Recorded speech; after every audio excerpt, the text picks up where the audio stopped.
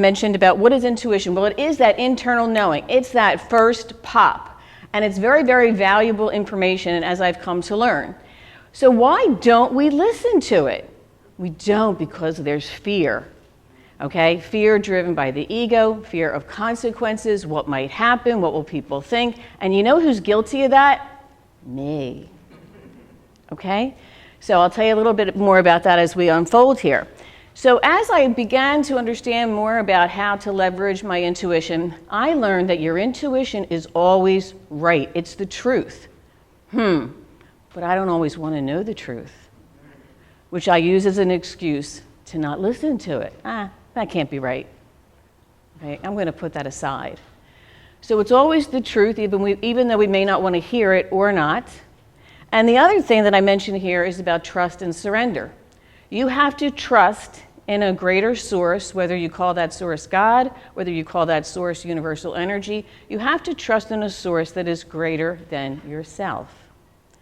Which leads me to my third point there, and that's about surrender. Now, most of you here haven't known me in my former corporate role. There's a couple of folks in the back who have known me for a very long time, back in the 80s. And I would tell you myself, and they would really tell you, surrender would be the last word that would ever be used to describe me. Because I was type A off the charts as far as getting things done on time, on budget, etc. So that was a really, really difficult concept for me to even possibly grasp. But I did find that when I looked back after I made this huge shift and left the corporate world, and I wasn't planning on doing that, when I looked back at my 33 plus years in corporate and the other previous 8 years in clinical roles, I found that, you know what, during the times that I was most helpful to others, whether the problem was very large and very complex or small, it's when I was using my intuition. That became my exclusive. I didn't realize it at the time.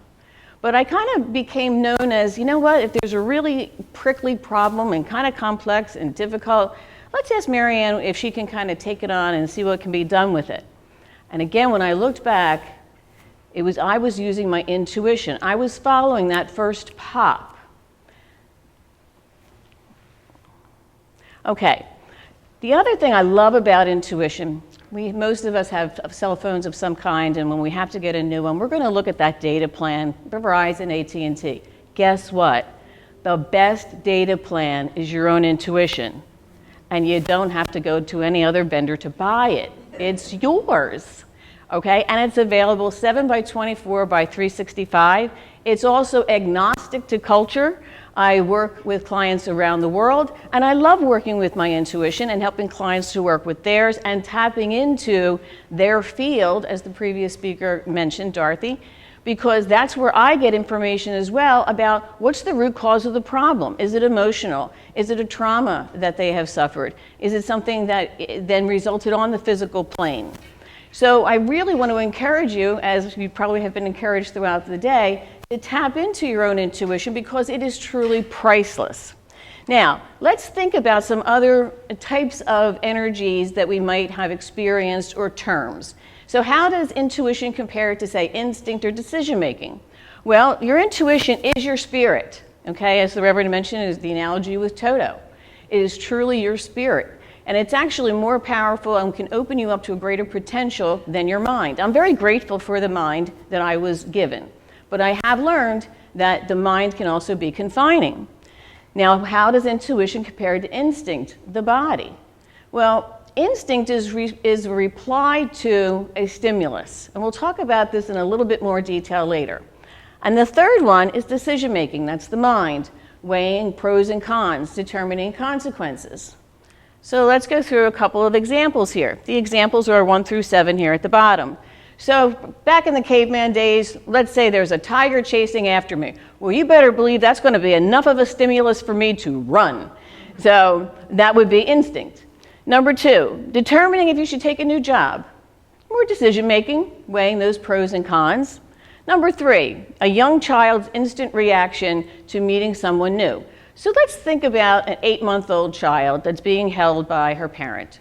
And a stranger comes up. That 8-month-old child can stay relaxed or can immediately start to cower, Children, as the previous speaker had alluded to as well, are very, very good at following their intuition. Also, our pets are very good at following intuition, like Toto was. Actions taken to breathe despite obstacles. Let's say I'm choking on something, something is in the way. Again, that would be an example of instinct. Okay, I'm going to try to cough to remove that obstacle. Then the next one we have is, what are we going to get for a holiday outfit? That's a decision, weighing some pros and cons. Number 6 is really tricky. Describing a personal fact to a stranger. So let's say I walked up to this lovely lady here in the front row in white, and I described a very personal fact to her, and we have never met before. Well, she's going to be like, how did she know that? Well, I'm leveraging intuition. I'm leveraging the intuition as the language of energy. This is how I work with clients worldwide, because they give me permission to tap into their field to understand more about what is going on. What's the root cause of how the body is manifesting some sort of ailment, or the emotional distress, or the trauma from their childhood, or from having fought in a war, etc. So number 7, out of the 3 choices, what caused you to come today? Was it instinct responding to a stimuli, your friend saying, come on, come with me to this?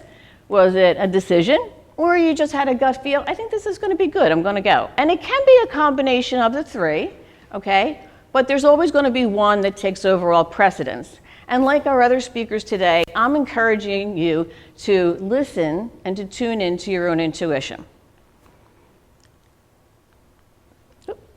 Okay, so let me talk to you about how I started to expand my own intuition. So there's a term called neuroplasticity, and it's a fancy word, and really what it means is that our brains are malleable and can form different neural pathways to access different parts of the brain. So you might be familiar with it when, say, someone unfortunately has a stroke and the part of the brain that used to perform function X can't do it anymore, but their brain remaps and another part of the brain is able to perform that function. How I'm referring to neuroplasticity is I refer to myself as that type A person off the charts. So it was a challenge for me to quiet the mind so that I could actually perceive spirit coming through, intuition coming through, say in the form of metaphysics, a branch that combines philosophy and science dealing with very abstract concepts. In my definition, these abstract concepts took the form of messages that I was getting, information that I was getting, that pop. And when the intersection happened for me of my neuroplasticity trying to quiet the mind, which was kind of a challenge for me in the beginning, and allowing these additional messages to come in from the metaphysical layer, that was my pop of intuition, where I was getting so many messages in such a rapid fire way, I really had to pause and figure out what was happening here.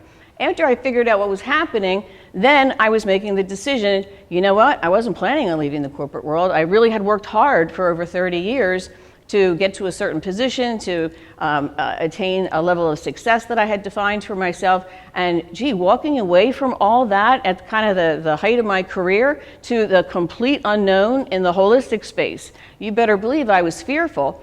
But I did do it. And now I can say that I'm really having the happiest time and the most fulfilling time of my life doing this work. And I had mentioned before about the mind. I'm not in any way belittling how wonderful and magnificent our minds are, because they are wonderful. But I am going to introduce you to another term called epigenetics, and epi meaning above genetics. And this is actually in alignment with what I heard the former speaker talking about, Dorothy that was here. And what I mean by that is that we are not as predestined as we are told to our genetic code. So this other field of epigenetics talks about how you can not be, again, predestined. So I thought, you know, I'm one of these people that I like to be able to say, I have tried it myself. So I studied the works of gentlemen known as Dr. Lipton and also Dr. Joe Dispenza, and one of my mentors, Tina Zion, about how do I actually apply epigenetics. So fortunately, I've been very, very healthy my life. The one thing I was born with was a lot of allergies. I had a physician tell me when I was in my 20s, by the time you're 40, you're not going to be able to walk across the floor. That's what I was told in my 20s. I will tell you now, in my 60s, that I compete as a ballroom dancer nationally, doing up to 130 dances a day and doing quite well. So that was not true. But how do I get rid of the allergies with epigenetics? So I applied it, and it used to be for 40 plus years of my life, every 2 to 3 weeks, I would have to go get allergy injections. Every 2 to 3 weeks, I'd get 3 different needles, and I really looked forward to it to really get these symptoms to calm down.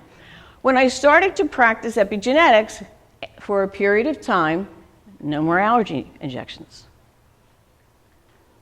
And I'm dancing up a storm as part of my way of moving the energy.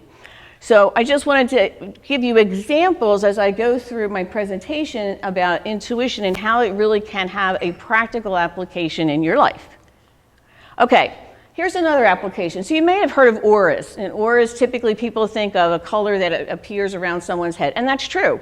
But auras can also be colors that appear around the whole body, and it can be more than just one color. So when I'm reading auras, like right now, you all see each other. I see you, but I also see, whoop, lots of color. Okay? And when I'm reading someone's aura, I'm looking at it to see its texture. Is it rough? Is it smooth? Is it prickly? Is it sticky? What's its density? Is it viscous? Is it thick? Is it thin? Is it clear? Is it muddy? And I'll give you a couple of other examples, and then I'll show you a couple of very contrasting pictures. When I'm also looking at the aura, I'm also wondering and seeing, is this something that's representing an acute issue or a chronic issue? Is it vascular or not vascular, meaning blood supplied or not blood supplied? Is it something associated with toxicity, an addiction, etc.? Okay. All right, now, this is an example. Clearly the one that's in golden there, this is a very happy person, life is good, things are in balance. And in the center there, if you're familiar with the chakras, they're in alignment as far as the root chakra being red all the way up through the crown chakra being violet. Now, clearly the other picture, this person is not having a good day. All right, I mean, we've got energy leaks happening all over the place, and it's very muddy, etc. So I could probably spend another couple of hours explaining in detail the difference between these two, but I just wanted to give you yet another example of how intuition can be applied. So when I do readings for my clients globally, and I'm tapping into their field, I'm getting information through a lot of different ways. So as you endeavor to tap into your intuition, your method of tapping in may not be auras. That's fine. Be open to whatever the method is that works for you or that comes to you, okay? When I also do energy work with my clients, I use a scalar wave modality. I also use EFT. So there's a bunch of different modalities out there and ways to get the information. So if one of the speakers today or one of the parts of the content that I'm referring to doesn't exactly resonate with you, again, broaden your perspective, because how the information comes in for you is perfect for you. And you want to perfect that. I call it your energy alphabet. Everybody's energy alphabet is going to be a little different. How are you getting or perceiving the information? It's still going to be the truth, okay? Just to let you know. Okay.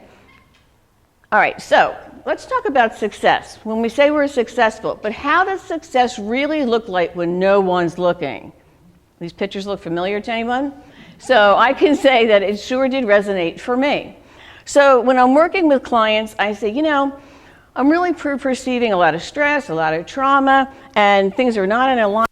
Think of it this way. It's another version of identity theft. It's another version of your integrity being intruded upon. Are you really functioning as your own alpha? Okay, so let's talk a little bit more about that, because when that happens, people are suppressing their intuition, even though they may not exactly realize it. Okay, so as you probably have heard through a theme, when we suppress our intuition, our body does not forget, okay, and it will start to manifest things we don't want. And so we pay a cost for what our perceived success is. So I have an example here of this gentleman who looks like an executive, and he's frozen in an ice cube. And that's kind of how I felt during parts of my career. I'm very grateful for my career that I had in the corporate world. I worked hard. I was well rewarded. But there were times I just kind of felt something's not exactly right. And so I thought more about this, like, geez, I'm doing everything right and good things are happening, but I can't really seem to quite access this thing called total success and fulfillment and peace and all that. So what I went to next was I leveraged that ice cube and thinking of ICE, and I said, you know what? There's intersections I have with people, let's say at work, and that's represented by the peach color. There's connections that I have that are more intimate, associated with friends and family. So friends is in the blue color and family is in the lavender color. And then there's the real me, the real alpha, okay? And that's the intrinsic element, and then the E for in ice. And that's way down there, that smallest circle there. So how do we correct that instead of having to do the work associated with managing these different personas? And I'm not saying that this is done with malicious intent at all, but what I am saying is it's exhausting. Okay, so what we want to try to get to is, instead of putting ourselves at this tiny little speck and losing the alpha, putting ourselves at the top. Now, does this mean that I am implying that everybody has to have a dramatic shift as I did, as far as, giving up their entire career, moving to something totally new? I'm not saying that. I'm saying that in your current work, whatever that is, to listen and see how you can respond differently, leveraging your intuition. Also in your personal life, so that there is more harmony and not as much of a disconnect and not as much exhausting work trying to maintain different personas. And so that instead of having the different colors to represent this, everything is in harmony there. Energetically, another analogy that could be used is your chakras are balanced. A different way of looking at this really simply is using circle diagrams. The first one up there, you know what? I'm not even in the big circle of the big network, okay, of the universe, not so great.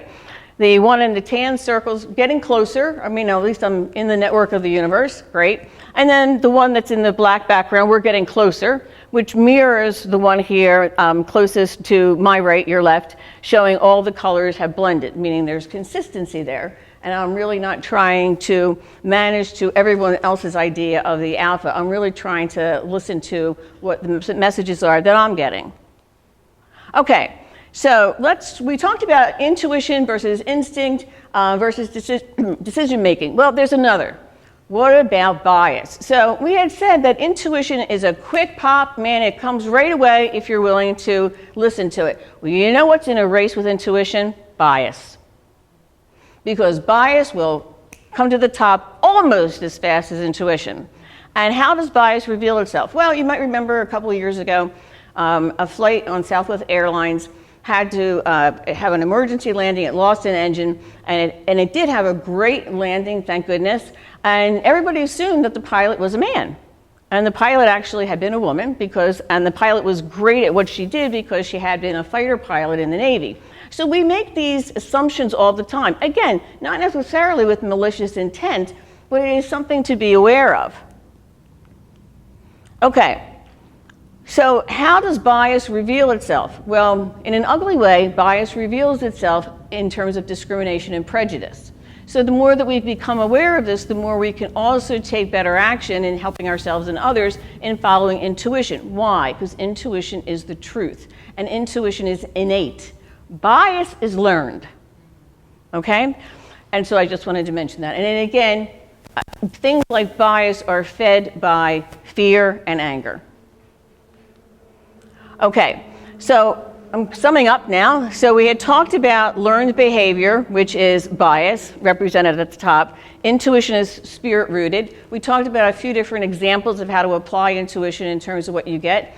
One example can be epigenetics, another example can be seeing auras, another example is being more aware of am I responding to something that's really intuition versus decision-making versus instinct, or is it bias? So I wanted to give some real-life examples of how to distinguish those so that you can take those into account.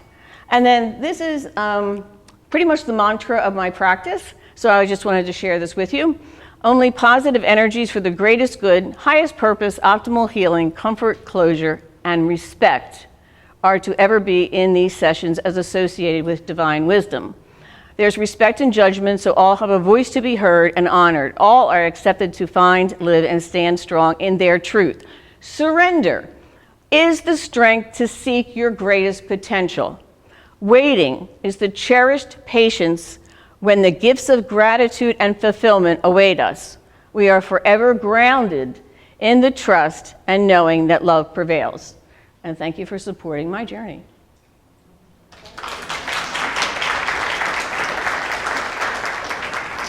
And we're almost exactly on time.